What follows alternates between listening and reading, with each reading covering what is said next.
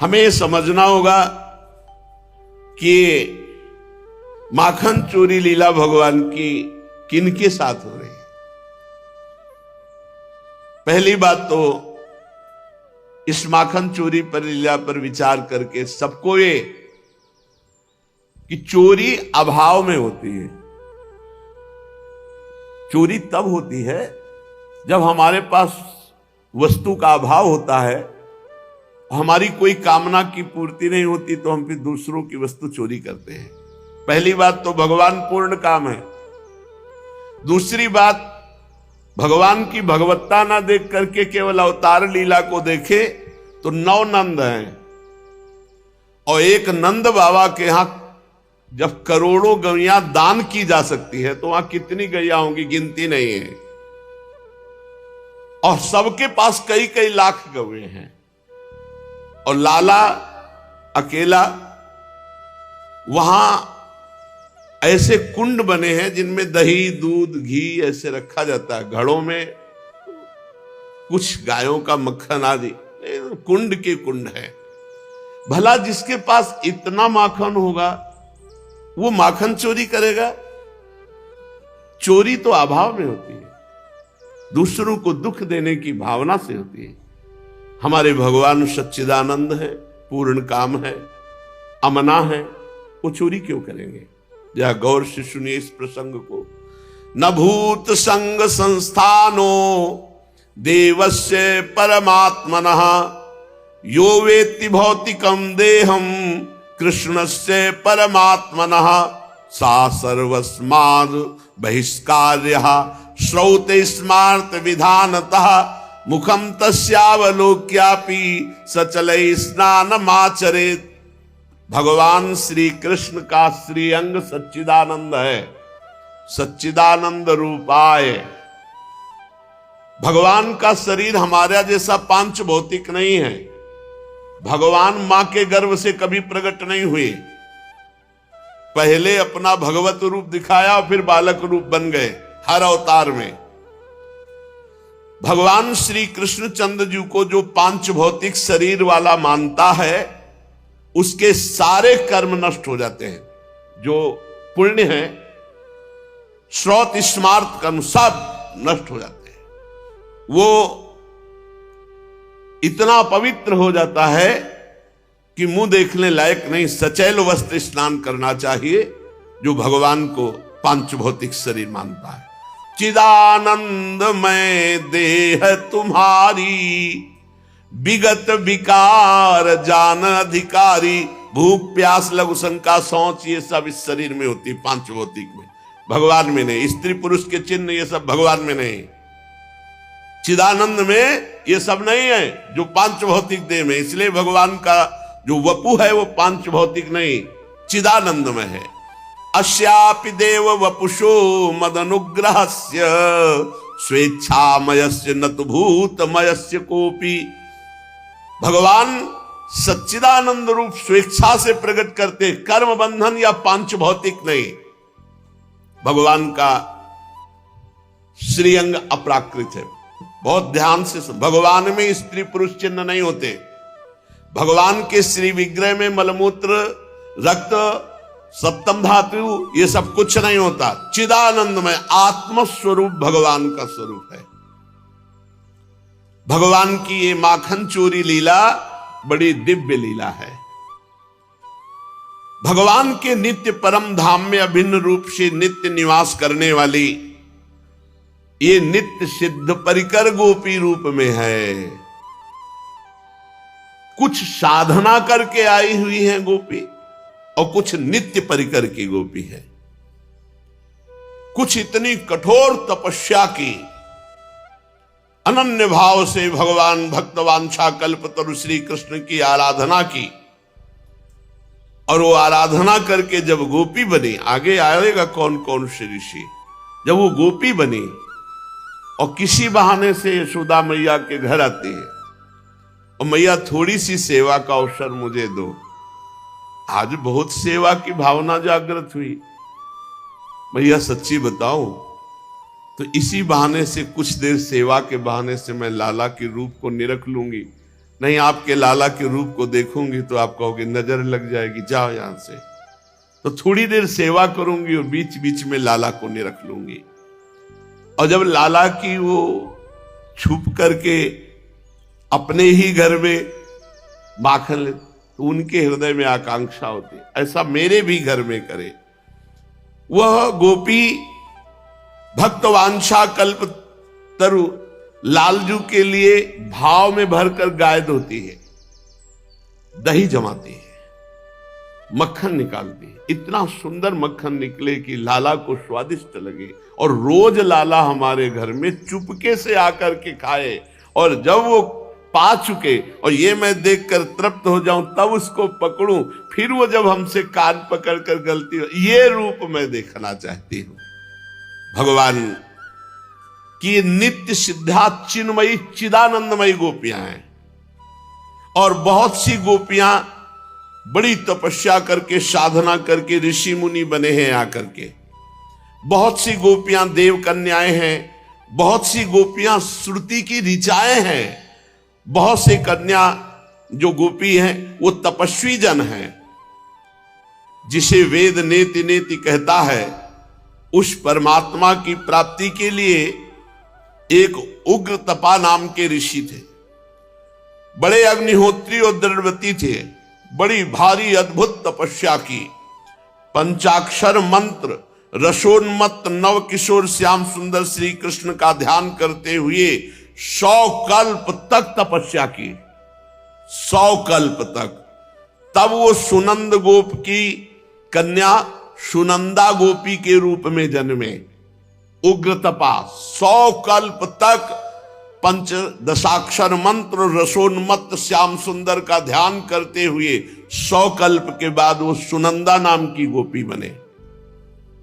सत्य तपा नाम के मुनि सूखे पत्ते खाकर दशाक्षर मंत्र का जाप और श्री राधा किशोरी के हाथ को पकड़कर नाचते हुए श्री कृष्ण का ध्यान करते हुए 10 कल्प के बाद सुभद्र नामक गोप की कन्या सुभद्रा गोपी हुए। सत्य तपा नाम के ऋषि। हरिधामा नाम के एक ऋषि थे, वो निराहार रहकर केवल वायु पीकर क्लीम इस काम बीज का मंत्र जाप करते हुए माधवी मंडप के नीचे कोमल पत्तों की सैया में युगल सरकार शयन के ये ध्यान करते हुए 3 कल्प के बाद सारंग नाम के गोप के घर रंगवेणी नाम की गोपी के रूप में जन्मे हरिधामा नाम के ऋषि।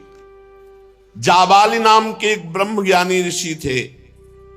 एक बार वो विशाल वन में विचरते विचरते एक जगह देखा, बहुत सुंदर एक बावड़ी है और बहुत सुंदर बगीचा है, और वहां एक तेजस्वी मानो मूर्तिमान अग्नि हो ऐसी एक नव युवती तपस्या कर रही है, और देखने में बड़ी तेजोमयी बड़ी सुंदर, चंद्रमा की शुभ किरणों के समान चांदनी चारों ओर उसके छिटक रही। वो बायां हाथ अपने कमर पर, दाहिने हाथ की ज्ञान मुद्रा धारण किए हुए और निरंतर ध्यानस्थ थी। जब वो बाह्य दशा को प्राप्त हुई तब जाबाली मुनि ने बड़े नम्रता पूर्वक हाथ जोड़कर कहा, तपस्विनी जी आप कौन हैं और ऐसी कठोर तपस्या किसके लिए कर रही है? तो उनका ब्रह्म विद्या हम तुला योगींद्रैर्याम चमृग्यते साहम हरिपदाम भोज काम्यया सुचिरम तपः। ओहो, मैं ब्रह्म विद्या हूं, स्वयं ब्रह्म विद्या गोपी बनने के लिए कठोर तपस्या कर रही, जिसे बड़े बड़े योगी सदा ढूंढते रहते हैं। उन पर ब्रह्म परमात्मा श्री कृष्ण के चरण कमलों की सेवा की लालसा से उनका ध्यान करते हुए मैं दीर्घ काल तक तपस्या कर रही हूं कि मैं एक गोपी बन जाऊं। वो 9 कल्प तक प्रचंड तपस्या करके चित्रगंधा नाम की गोपी के रूप में ब्रह्म विद्या प्रकट हुई। ये कोई साधारण गोपी है? कुशध्वज नाम के ब्रह्मर्षि के पुत्र सुचिश्रवा और सुवर्ण देव तत्वज्ञ थे। खोपड़ी के बल खड़े होकर शीर्षासन ह्रीं हंस मंत्र का जाप करते हुए करोड़ कंदर्प तुल्य भगवान की 10 वर्ष की अवस्था का श्री कृष्ण का ध्यान करते हुए घोर तपस्या की। तब कई कल्पों के बाद ब्रज में सुधीर नामक गोप के घर वो गोपी के रूप में प्रकट हुए। इस प्रकार बहुत से तपस्वी मुनि गोपियों के रूप में प्रकट हुए। भगवान के लिए इतनी तपस्या करके, इतनी लगन के साथ कल्पों तक साधना करके जिन त्यागी भगवत प्रेमियों ने गोपियों का तन मन प्राप्त किया, उन गोपियों के हृदय में अभिलाषा है कि भगवान हमारे घर में छुपे छुपे आवे और माखन खावे। तो क्या भगवान ऐसे तपस्वियों की इच्छा नहीं पूर्ण करते? ये यथा माम प्रपद्यन्ते तास तथैव भजाम्य हम। जैसे भगवान को भजा जाता है, भगवान वैसा ही भाव प्रस्तुत करते हैं। जिन गोपियों के लिए भगवान आगे चलकर कहते हैं, न पारे हम निरवध्य संयुजाम सुसाधु कृत्यम विबुधायुषा पिवः या मां भजन दुर्जर गेह श्रृंखला समृष्ट तद वह प्रतियानुसाधुना। भगवान कहते, गोपियों, तुमने लोक और परलोक के सारे बंधनों को काट कर केवल मुझसे प्रेम किया। यदि मैं तुमसे प्रत्येक के लिए अलग अलग अनंत काल तक जीवन धारण करके तुम्हारे प्रेम का बदला चुकाना चाहूं तो भी नहीं मैं चुका सकता। मैं तुम्हारा ऋणी हूं और ऋणी ही रहूंगा। तुम मुझे अपने साधु स्वभाव से उऋण कर सकते हो। सर्वलोक महेश्वर जिन महाभागा गोपियों के ऋणी रहना चाहते हैं, क्या भगवान उनकी इच्छा की पूर्ति ना करें? भला विचारिए, श्री कृष्णगत प्राणा, श्री कृष्ण रस भावित मति गोपियों के मन की क्या स्थिति है, कोई जान सकता है? गोपियों का तन मन धन प्राण सब कुछ श्री कृष्ण है। वे श्री कृष्ण के लिए जीती हैं। वे श्री कृष्ण में डूबी हुई श्री कृष्ण के लिए घर का कार्य करती हैं। वो श्री कृष्ण के लिए हैं। उनकी मति योगिंद्र दुर्लभ पवित्र श्री कृष्ण में समा गई है। मुरारी पादार्पित चित्त वृत्ति श्री कृष्ण के लिए ही, श्री कृष्ण को सुख पहुंचाने के लिए ही, श्री कृष्ण की निज सामग्री से श्री कृष्ण की निरंतर पूजा करती रहती है। गोपियों के भाव को समझना। प्रातः काल भाव समाधि में रात के सोने तक उनकी सारी चेष्टा श्री कृष्ण के लिए होती है। यहां तक कि निद्रा में वो श्री कृष्णमय होती है। स्वप्न में श्री कृष्ण के देखती है। सुषुप्ति में श्री कृष्ण में ही शयन करती है। वो जब रात को दही जमाती है तो श्याम सुंदर के ध्यान में डूबी हुई यह अभिलाषा करती कि सुंदर मीठा दही जमे। हे भगवान, हमारा दही इतना मीठा जमे कि जब श्री कृष्ण के लिए मक्खन निकालूं और ऊंचे छीके पे रखूं और वो आए और उपाय करके उस मक्खन को जब पाए और हम ये देखें, सखाओं के साथ जब वो आनंदित हो, बंदरों को लुटाए और आनंद में उन्मत्त होकर आंगन में नाचे और मैं छिपे छिपे देखूं, हे भगवान, मेरी आशा कब पूरी होगी? भगवान श्याम सुंदर चोरी नहीं। आप सोचो, जब भक्त भावना करता है, उसकी भावना की पूर्ति के लिए जैसी भावना करो, जैसी भावना करोगे वैसे ही। भगवान को कल्पतरु कहा गया है। जैसी भावना करो, ये यथा माम प्रपद्यन्ते। गोपियों ने भावना की। देखा, मैया ने कहा, ये सब तू पूरे कमरे में माखन फैला दे। मैयारी मोहि माखन भावे, जो मेवा पकवान कहत तू मोहि नहीं रुचि आवे। मैयारी मोहि माखन भावे, तू ब्रज युवती एक पाछे ठाढ़ी, सुनत श्याम की बात मन मन कहत कबहू अपने घर देखो माखन खात। तो बैठे जाय मछनिया के ढिग, मैं तब रहो छपानी। सूरदास प्रभु अंतर जामी, ग्वालिन के मन की जानी, ग्वालिन के मन की जानी। प्रभु पहुंच गए, जैसी वो भावना की थी, गए श्याम तिहि ग्वालिन के घर। अब वो फूली फिरती ग्वाल मन मेरी, पूछत सखी परस्पर बातें पायो पर्यो, कछु कहूं तैरी। तू पुलकित रोम रोम गदगद मुख बानी, कहत न आवे, ऐसो कहा आहि सो सखरी, हमको क्यों न सुनावे। जब भगवान गए, उसके मन के अनुसार ऐसे माखन खाया, लुटाया। वो फूली बावरी सखी प्रेम में तो दूसरी पूछती, क्या पाया जो तू इतनी फूली हुई है? कहते कैसे बताओ, सब कुछ मिल गया। नंद नंदन ऐसे ऐसे आए।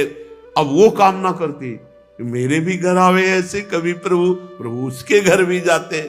तन न्यारा जिए एक हमारो, हम तुम एक रूप। सूरदास कहे ग्वाल सखिन, सो देखियो रूप अनूप। अलूप रूप देखा, आहा कैसा महासुख है। ये तो केवल भाव के चिंतन में वो खुशी से फूली फूली आनंद में समा रही। तो सखियां पूछती गोपियां, अरे तुझे कहीं कुछ बड़ा धन मिल गया क्या, इतनी फूली क्यों है? वो प्रेम विवल होकर रोम रोम उसका खिल रहा है, गदगद कंठ है, मुंह से बोल नहीं निकल रहे, आंखों से आंसू निकल रहे। सखियों ने कहा, सखी ऐसी क्या बात है, हमें सुनाती क्यों नहीं? हमारे तो शरीर ही दो हैं, हम सब तो एक ही है ना, भला हमारे से छिपाने की कौन सी बात है? तो उसके मुंह से केवल इतना निकला, मैंने आज अनूप रूप देखा है। जैसे सिया जी की एक सखी जनकपुर की जो वाटिका में फूल लेने गई पूजा की, तो जब राम जी को देखा तो विकल होके भाग के आई। जानकी जी और सखिया पूछती, क्या देखा तूने? तो कहा, बस देखने योग्य है, एक बार देख लो, देखने योग्य है एक बार। तो ये सखी कहती है कि देखो रूप अनूप, आज जो लीला देखी, आज जो रूप देखा। अब जितनी सहेलियां थी सबके मन में कामना हुई कि प्रभु मेरे घर आवे।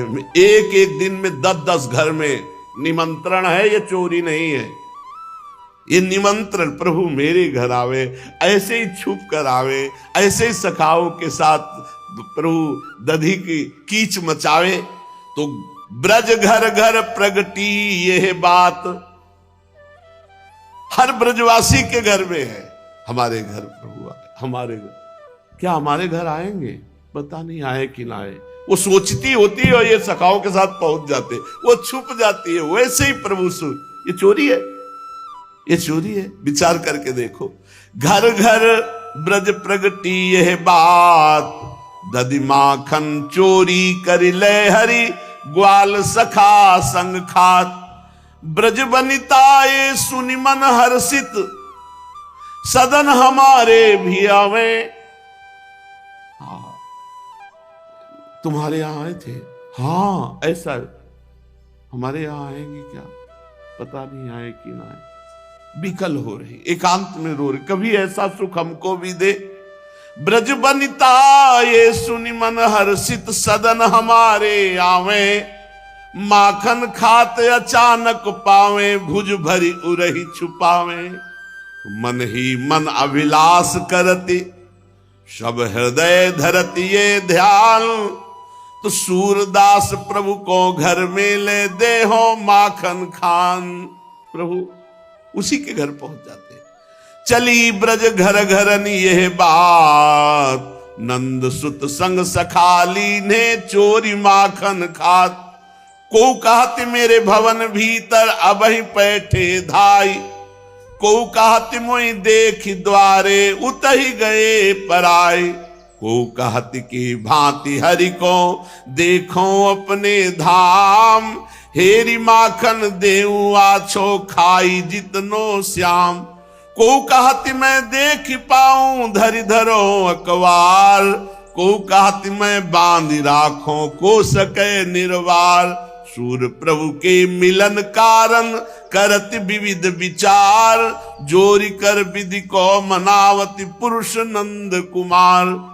रात में गोपियां एक कामना करके पूरी रात चिंतन करती, आज जो दही जमाया सुंदर माखन बने, लाला मेरे यहां आवे।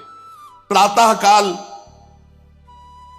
दरवाजा केवल लगा देती, सिटकिनी नहीं लगाती, दरवाजा खोल के सहज में आवे और दरवाजे की दूसरे दरवाजे की आड़ में बैठकर बात, नहीं आएंगे क्या, आज नहीं आएंगे हमारे घर में।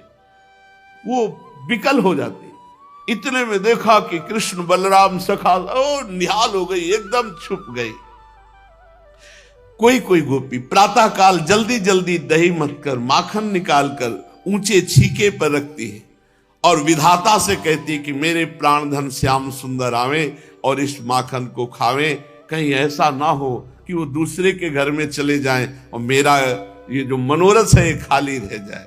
श्याम सुंदर की प्रतीक्षा में व्याकुल होती, मन ही मन सोचती, हाँ इतना समय हो गया, लालन क्यों नहीं आए, इतनी देर क्यों हो गई। मुझे लगता है मेरे इतने भाग्य कहाँ की लालन आकर के हमारे यहाँ माखन पाए।